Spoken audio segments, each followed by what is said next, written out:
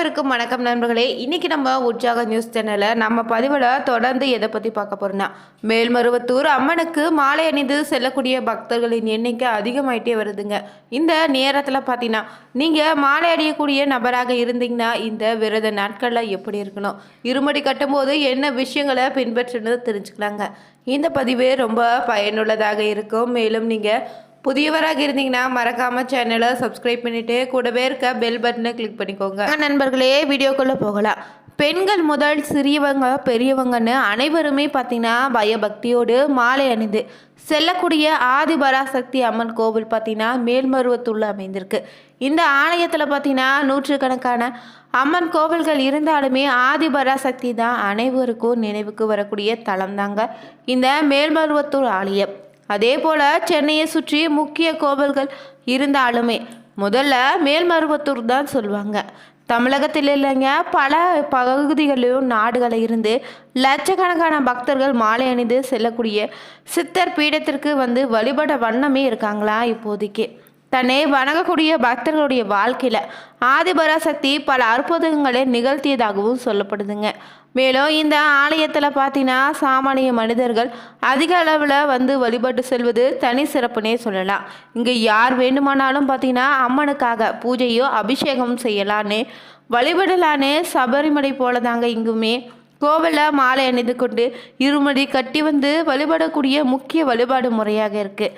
இந்த ஆலயம் பற்றி சில சுவாரஸ்யமான தகவல் என்னென்னு தெரிஞ்சுக்கோங்க. இது உலக புகழ்பெற்ற அம்மன் கோவில்களில் ஆதிபராசக்தி சித்தர் பீடமும் ஒன்றுங்க. செங்கல்பட்டு மாவட்டத்தில் தான் மேல்மருவத்தூரில் இந்த ஆலயம் அமைந்திருக்கு. இங்கு தமிழகத்தில் அதிகமான பக்தர்கள் தினமுமே வந்து செல்லக்கூடிய கோவில்னே சொல்லலாம். இங்கு உருவான வரலாறு பார்த்தீங்கன்னா அதிசயம்னு சொல்லப்படுதுங்க. தற்போது ஆதிபராசக்தி கோவில் இருக்கக்கூடிய இடத்துல பார்த்தீங்கன்னா 1960களில் ஒரே ஒரு வேப்ப மரம் மட்டும் இருந்திருக்கு. இந்த மரம் மற்ற சாதாரண வேப்ப மரத்தை விட இல்லை கசப்புத்தன்மை கொண்டதாக இல்லாமல் இதன் காய்கள் இனிப்பு சுவையோடு இருந்திருக்கு. இதிலிருந்து வடியக்கூடிய பால் போன்ற பொருளோ இனிப்பு சுவையுடையதாக இருந்திருக்குங்க.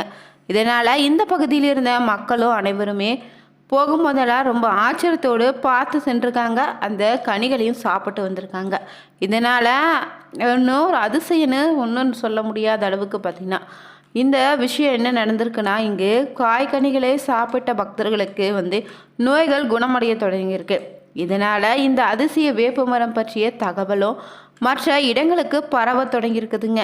இதனால் இந்த வேப்பமரனுடைய கனிகளை பார்த்திங்கன்னா தினமும் உண்பதற்கே பல பேர் இந்த இடத்திற்கு வந்து கனிகளை விரும்பி உண்டிருக்காங்க. அடுத்ததாக 1966ஆம் ஆண்டு தமிழகத்தில் வீசிய புயலால் இந்த வேப்பமரம் பார்த்திங்கன்னா அடியோடு சாய்ந்துடுச்சு. அந்த மரத்தினுடைய வேர்பகுதியிலிருந்து சுயம்பவாக ஒரு கல் ஒன்று அப்போது வெளிப்பட்டிருக்குங்க. அந்த சுயம்பிற்கு மேலே சிறிய குடில் அமைத்து இந்த பகுதியில் இருந்த மக்கள் பூஜை செய்ய தொடங்கிட்டாங்க. இதற்கு சித்தர் பீடனும் பெயரிட்டு வழங்கியத்தில் பக்தர்கள் வழிபட தொடங்கியிருக்காங்க. பல ஆண்டுகளாக சுயம்பு உருவம் மட்டுமே இங்கு வழிபட்டு வந்த நிலையில் 1977ஆம் ஆண்டு நவம்பர் பார்த்தீங்கன்னா 25ஆம் தேதி தான் இந்த சுயம்புவிற்கு அருகில் 3 அடி உயரத்தில் பீடத்தின் மீது அன்னை ஆதிபராசக்தியினுடைய சிலையை பிரதிஷ்டை செய்யப்பட்டிருக்கு. 1000 இதழ் கொண்ட தாமரை மீது வலது காலை மடித்து கொண்டு இடது காலை தொங்கவிட்ட நிலையில் அமர்ந்த நிலையில் வலது திருக்கரத்தில் தாமரை மொட்டோ இடது திருக்கரத்தில் பார்த்தீங்கன்னா சின்முத்திரையும் காட்டியும் காட்சி தருகிறார். 1000 இதழ் கொண்ட தாமரை என்பது தியானத்தை குறிக்குதுங்க. அன்னையின் கையில் இருக்கக்கூடிய சின்முத்திரை ஞானத்தை அருளக்கூடியதாகவும் சொல்லுவாங்க. அன்னையின் தலையில் ஜடாமுடியே கிரீடம் போல அமைந்திருக்குதுங்க. இந்த ஆதிபராசக்தி அம்மன் கோவிலுக்கு பார்த்தீங்கன்னா பெரும்பாலானவங்க தங்களுக்கு பார்த்தீங்கன்னா சுப காரியத்தில் இருக்கக்கூடிய தடை நீங்க வேண்டி மாலை அணிந்து விரதம் செல்வாங்க. அப்படி மாலை அணிந்து சென்று அடுத்த ஆண்டு வருவதற்குள்ளே பார்த்திங்கன்னா நிச்சயம் பார்த்திங்கன்னா அந்த வீட்டில் கல்யாணம் பார்த்திங்கன்னா நடைபெற்றிருக்கும். பிறகு பார்த்திங்கன்னா மாலை அணிந்து வந்து மீண்டும் தங்களுடைய நேர்த்தி கடனை நிறைவேற்றி செல்வாங்க. மேலும் உங்களுக்கு இது போன்ற சுப காரியங்களில் தடை இருக்குதா, தொழிலில் பார்த்திங்கன்னா தடைகள் தொடர்ந்து வருதா, அப்படிப்பட்ட தடைகளுக்கு ஜோதிட ரீதியான பரிகாரத்திற்கு இந்த வீடியோவில் டிஸ்கிரிப்ஷனில் நம்பர் கொடுத்துருப்போம். அந்த நம்பருக்கு கால் பண்ணிங்கன்னா சரியான ஒரு பரிகாரத்தை பெற்றுக்கலாம். இந்த ஆதிபராசக்தியினுடைய சிறப்பு என்னன்னு பார்த்தீங்கன்னா ஒரே தாய் ஒரே மனித குலன்னு என்பதை பீடத்தின் அடிப்படை கொள்கையாகவும் சொல்லுவாங்க. மனிதர்கள் அனைவருமே சமனம், இவங்களுக்கு தாயாக இருக்கக்கூடியவள் தாங்க இந்த அன்னை ஆதிபராசக்தி மட்டும்னு சொல்லப்படுகிறது. கருவறைக்குள்ள சென்று அன்னைக்கு பூஜை உள்ளிட்ட வழிபாடுகளை பெண்களே செய்யலானே அந்த முறையை பங்காரு அடிகளார் ஏற்படுத்தியிருக்காரு. அன்னை ஆதிபராசக்தி அடிகளாருடைய உருவல பலருக்கு அருள்வாக்கு சொல்லி வந்திருக்காரு. பக்தர்கள் நேரடியாக அன்னையிடம் பேச முடியும் என்பதே சித்தர் பீடத்தின் சிறப்பாகவும் சொல்றாங்க. பல அற்புதங்களும் அதிசயங்களும் இந்த ஆலயத்தில் நடந்திருக்கு. இதனால் பக்தர்கள் பார்த்திங்கன்னா பங்காரு அடிகளாரே அம்மானு அழைக்க தொடங்கிட்டாங்க. ஆதிபராசக்தி அம்மனை வழிபடக்கூடியதற்கு வயது வரம்பு எதுவுமே தேவையில்லைங்க. குடும்பத்தில் இருக்கக்கூடிய அனைவருமே நீங்கள் சக்தி மாலை அணிந்து இருமுடி செலுத்தினா, எந்த மதத்தினரும் மாலை அணிந்து இருமுடி எடுக்கலான்னு சொல்லப்படுது. உங்கள் பகுதியில் இருக்கக்கூடிய ஆதிபராசக்தி வார வழிபாட்டு மன்றத்துக்கு சென்று சக்தி மாலை அணிந்து இருமுடி எடுத்துக்கோங்க. சக்தி மாலை அணியக்கூடிய பக்தர்கள் நீங்கள் குறைந்தது 5 இல்லது 3 நாட்கள் விரதம் இருந்த பிறகுதான் இருமுடி செலுத்தினா. விரத நாட்களை சிகப்பு நிற ஆடை உடுத்திக்கலாம். விரத நாட்களை ஒருவேளை உணவை தவிர்த்திடுங்க.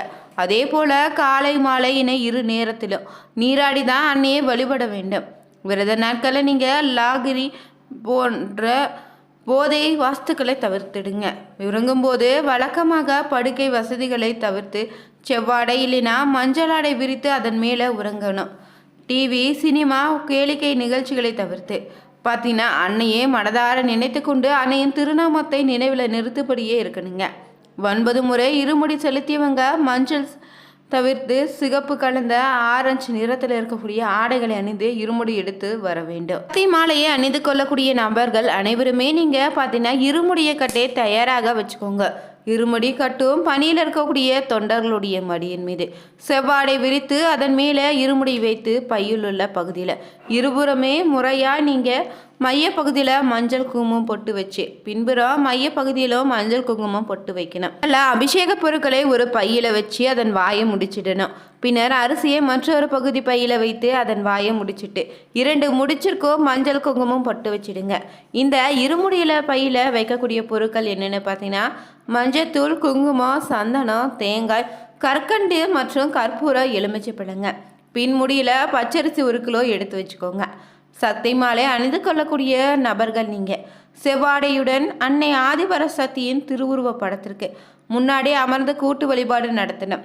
வழிபாடு முடிந்த பின்னாடி வழிபாட்டு மன்றத்திலோ சக்தியின் ஆலயத்திலோ கிழக்கு திசை நோக்கியவாறு வரிசையாக நிற்குங்க. மன்றத்தின் தலைவர் இல்லைனா அவரால் நியமிக்கப்பட்ட குரு வரிசையில் வலது கொன்றத்தினுடைய தலைவர் இல்லைனா அவரால் நியமிக்கப்பட்ட குருவாக இருப்பவங்க வரிசையின் வலது கொடியில் நின்றுக்கணுங்க. குருவாக இருந்தால் அன்னை ஆதிபராசக்தியினுடைய திருவுருவ படத்திற்கு கற்பூர தீப ஆராதனை செய்யணும். அதற்கு பின்னாடி அன்னை ஆதிபராசக்திக்கு எலுமிச்சை பழம் பிழிந்து திருஷ்டி கழிக்கணுமா. கற்பூர ஏற்றப்பட்ட தட்டுடன் குருவாக நியமிக்கப்பட்டவங்க அன்னை ஆதிபராசக்தியினுடைய திருவுருவ படத்தினையும் மாலை அணிந்து கொள்ளக்கூடிய மலர்களையும் சுற்றியும் ஒருமுறை வலம் வரணும். மன்றத்தின் அனைத்து ஆதிபராசக்தியின் திருவுருவ படத்தினை சுற்றி வர இயலாத வகையில் அமைத்திருந்தீங்கன்னா அன்னை ஆதிபராசக்தியின் திருவுருவ படத்திற்கு முன்னாடியே தன்னைத்தானே ஒருமுறை வலம் வந்தால் போதும். அடுத்து குருமாலை அணிந்து கொள்ளக்கூடியவர்கள் தனித்தனியாக ஒவ்வொருவருக்கும் பின்புறம் முறைப்படி செல்லணும். முதல்ல கற்பூர தீப ஆராதனை செய்யணும். பின்னாடி எலுமிச்சை பழம் பிழிந்து திருஷ்டி கழிக்கணும். ஒவ்வொருவரும் நெற்றியில் கீழிருந்து மேலாக மஞ்சள், குங்குமம், சந்தனம் பொட்டு வைக்கணும். 2 பாதங்களுக்கு சந்தன குங்குமம் பொட்டு வைக்கணுங்க. பின் மாலை அணிந்து கொள்ள இருப்பவருங்க கண்ணீர் கடாத வகையில் எலுமிச்சை பழம் பிழிந்து திருஷ்டி கழித்து கற்பூர தீப ஆராதனை செய்யணும். குரு அனைவருமே பார்த்தீங்கன்னா இந்த முறைப்படி செய்த பின் சக்தி மாலை அணிந்து கொள்ளவார்கள். பூசணிக்காய் உடைத்து திருஷ்டி கழிக்கணும்.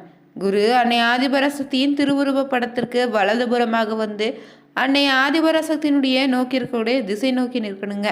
வரிசையில் நிற்பவங்க அனைவருமே ஒன்று சேர்ந்து இணைந்து அன்னை ஆதிபராசக்திக்கு கற்பூர தீப ஆராதனை காட்டணும். அன்னை ஆதிபராசக்திக்கு ஒருவர் எலுமிச்சை பழம் பிழியணும். கற்பூர தட்டுடன் வரிசையில் இருப்பவங்க அனைவருமே அன்னையின் ஆதிபராசக்தியின் குருவை வலம் வந்து வழிபடணும். குருவிற்கு யாராவது ஒருவர் கற்பூர தீப ஆராதனை செய்யணும். ஒருவர் எலுமிச்சை பழம் பிழிந்து திருஷ்டி கழிக்கணும். பின்னர் வரிசையாக ஒவ்வொருவரும் தனித்தனியே வந்து அவருடைய நெற்றிக்கு பாதங்களுக்கும் முறைப்படி பொட்டு வைக்கணும். மாலை அணிந்து கொள்ளக்கூடிய நபர்கள் பார்த்திங்கன்னா பிறகு குரு அன்னை ஆதிபராசக்தியின் திருவுருவ படத்திற்கு முன்னாடி இடதுபுறமாக தெற்கு நோக்கி இடது காலை மண்டையிட்டு மறந்து இருக்கணும். அடுத்து இருமுடி சக்தி மாலை தாங்கிய தட்டினை குத்து காலிட்டு வலது காலின் மேலே வைக்கணும். பிறகு பார்த்தீங்கன்னா குருவின் மாலை அணியவங்க ஓம் சக்தி எல்லோருமே சேர்ந்து குருவிற்கு மாலை அணிவிக்கணும். சக்தி மாலையை ஏற்றுக்கொள்ளக்கூடிய குரு அந்த வேலையில் இருமுடியின் மேலே இருக்கரங்களையும் வைத்து தன் தாய் தந்தையை நெஞ்சில் நிறுத்திட்டு அன்னை ஆதிபராசக்தியை நினைத்து நிறுத்திக்கணுங்க. இந்த பதிவு பிடிச்சிருந்தா ஓம் சக்தி போற்றி எனும் மந்திரத்தை 3 முறை பதிவிடுங்க. மறக்காம சேனலை சப்ஸ்கிரைப் பண்ணிட்டு கூடவே இருக்க பெல் பட்டனை கிளிக் பண்ணிக்கோங்க. அனைவருக்கும் நன்றி நண்பர்களே.